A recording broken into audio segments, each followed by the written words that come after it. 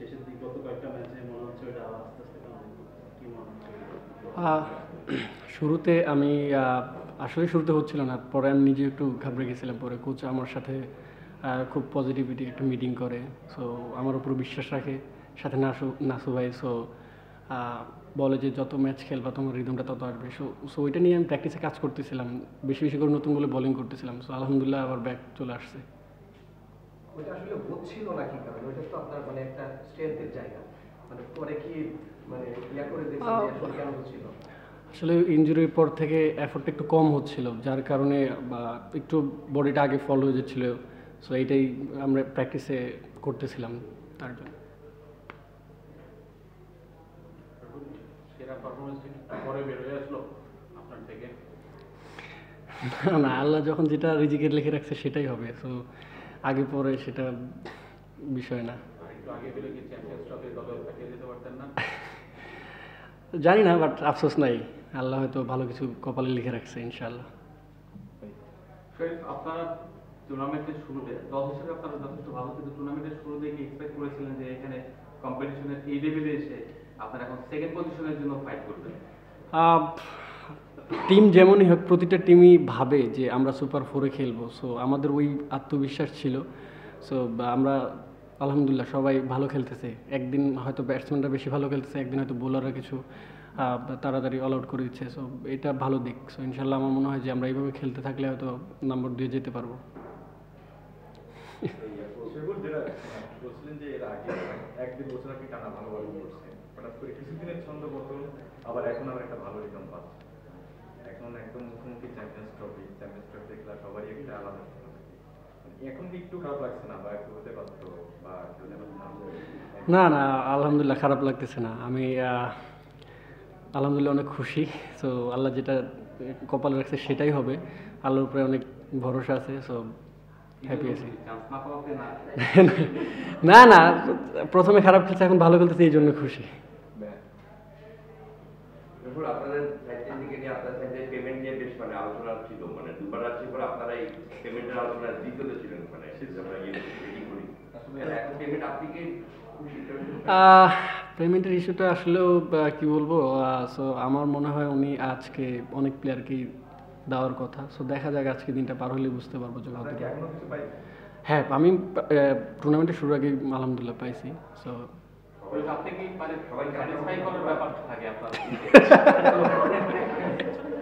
এটা কি আপনারা আসলে আপনি করতে পারছেন? না, আমার সাথে ওইরকম কথা হয় নাই। সো আশা করি সবার পেমেন্টটা উনি দিবে, আশা করি। সো এটা সবাই বিশ্বাস করে প্রতিটা প্লেয়ারই যখন খেলে। এখন দেখা যাক কি হয়। এক দেড় বছর আগেও আপনি আপনার ক্যারিয়ারের পিক টাইমে ছিলেন আর কি, তখন যেটা হাই সেটাও দেখছেন, এখন আবার মানে আপনার মাঝখানে একটা ইনজুরি ছিল, এখন আবার লোটা দেখছেন। এই দুইটা টাইমে আপনি নিজেকে মেন্টালি কীভাবে বুঝেন, মানে যখন ভালো অবস্থায় ছিলেন আর এখন? আমি অবশ্যই সবসময় একটা চিন্তা করি, প্রতিটা মানুষের জীবনে ভালো এবং খারাপ সময় আছে, মানে আসবেই। সো আমি দুইটা সময় এনজয় করতে চাই। সো আল্লাহর রহমতে হয়তো খারাপ সময় আসছে, ওখানে ভেঙে পড়লে আরও খারাপ সময় বেশি আসবে। সো আমি চেষ্টা করি সবসময় যেটা আসবে সেটাই মেনে নিতে চাই। আপনার চারটা, খালেদের চারটা, আমরা মনে করছিলাম যে কার পাইপারটা আগে। আপনার খালেদের মধ্যে কোনো কথাও ছিল না, খালেদ একটা অনেক হ্যাট্রিক ছিল সেই থেকে, আপনাদের দুজনের মধ্যে কোনো কথাও ছিল না এই বিষয়ে? আমি খালেদ ভাইকে বলছিলাম, ভাই হ্যাট্রিক চান্স এবং 5টা চান্স, আপনি একটা স্লিপ নেন। সো যদি একটা ইজ হয় তো আমি চাই আপনি 5টা নেন, আবার হ্যাট্রিক টুর্নামেন্টের এই বছরের প্রথম হ্যাট্রিকটা হোক আপনার। তখন উনি বলছিল ঠিক আছে। সাথে মিথুন ভাইও অ্যাগ্রি করছিল যে স্লিপটা নেওয়াতে।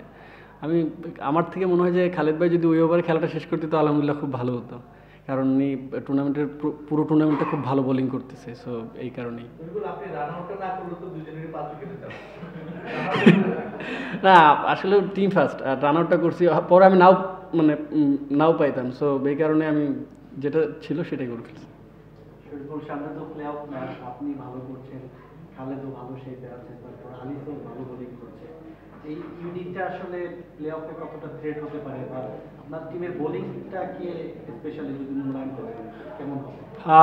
আলহামদুলিল্লাহ আমাদের টিমে বোলিং ব্যাটিং দুইটাই খুব ভালো। সো আমাদের যেদিন আমাদের ব্যাটিংটা খুব ভালো খেলে সেদিন বোলাররাও মোটামুটি আলহামদুলিল্লাহ ম্যাচ উইনিং বোলিং করে। যেদিন আমাদের বোলিংরা ম্যাচ উইনিং বোলিং করে, ব্যাটিংরা চেষ্টা করে শেষ করার। সো আমরা আলহামদুলিল্লাহ একটা ব্যালেন্স টিম বলা যায়। শরীফুল, আপনাদের একজন মেন্টর ছিলেন আফ্রিদি, নাই এখন। আপনি তাদেরকে মিস করতেছেন কিনা?